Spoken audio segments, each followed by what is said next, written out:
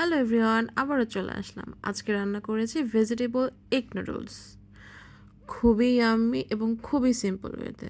So let's go. প্রথমে একটি কড়াইতে কিছু তেল নিয়ে একটি ডিম ভেঙে ভালো মতো ভেজে ছোট ছোট টুকরো করে নিব। যেহেতু আমি খুবই অল্প নুডলস রান্না করছি, সেক্ষেত্রে আমি একটি ডিমই ব্যবহার করছি।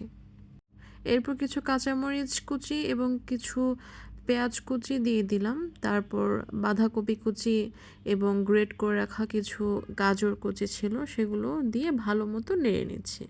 যেহেতু আমি ঝালটা একটু বেশি পছন্দ করি, সেক্ষেত্রে আমি একটু বেশি ঝাল দিয়েছি। আপনারা চাইলে আরও কিছু কম ঝাল দিয়ে করতে পারেন। কিছুক্ষণ নেড়ে তারপর একটা টমেটো কুচি দিয়ে দিলাম। এরপর আবারও ভালোভাবে নেড়ে নিব।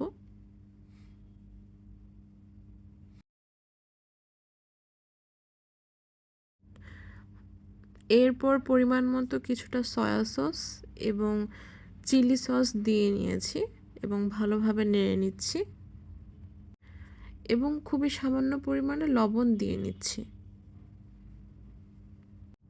ভালো মতো নেড়ে চেড়ে দেন আমি নুডলসটি মিক্স করব। তবে একটা কথা আপনাদেরকে বলে রাখি, আমি যখন নুডলসগুলো সিদ্ধ করছিলাম আমি অবশ্যই লবণ এবং অল্প একটু তেল দিয়ে ভালোভাবে সিদ্ধ করে নিয়েছি। এরপর আমি নুডলসের যে মশলাগুলো রয়েছে সেগুলো দিয়ে ভালোভাবে নেড়ে নিচ্ছি।